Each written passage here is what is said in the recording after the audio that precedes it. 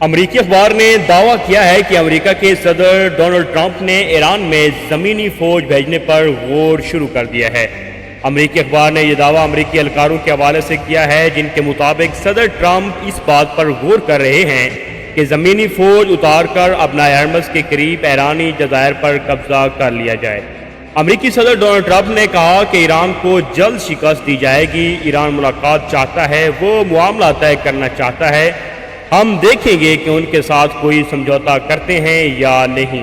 Trump نے یہ بھی کہا کہ ایران نے بائیڈن دور میں گرفتار امریکی خاتون کو چھوڑ دیا ہے، ایران کے اس خیر سگالی اقدام کو سراہتے ہیں۔ ایرانی پلوں پر حملوں کی ڈیڈ لائن سے متعلق صحافیوں کے سوال پر ٹرمپ نے جواب دیتے ہوئے کہا کہ انہیں ڈیڈ لائن دینا پسند نہیں۔ ٹرمپ نے کہا کہ ایران کو اپنا رویہ بہتر کرنا چاہیے، ایران کو صورتحال کا علم ہے۔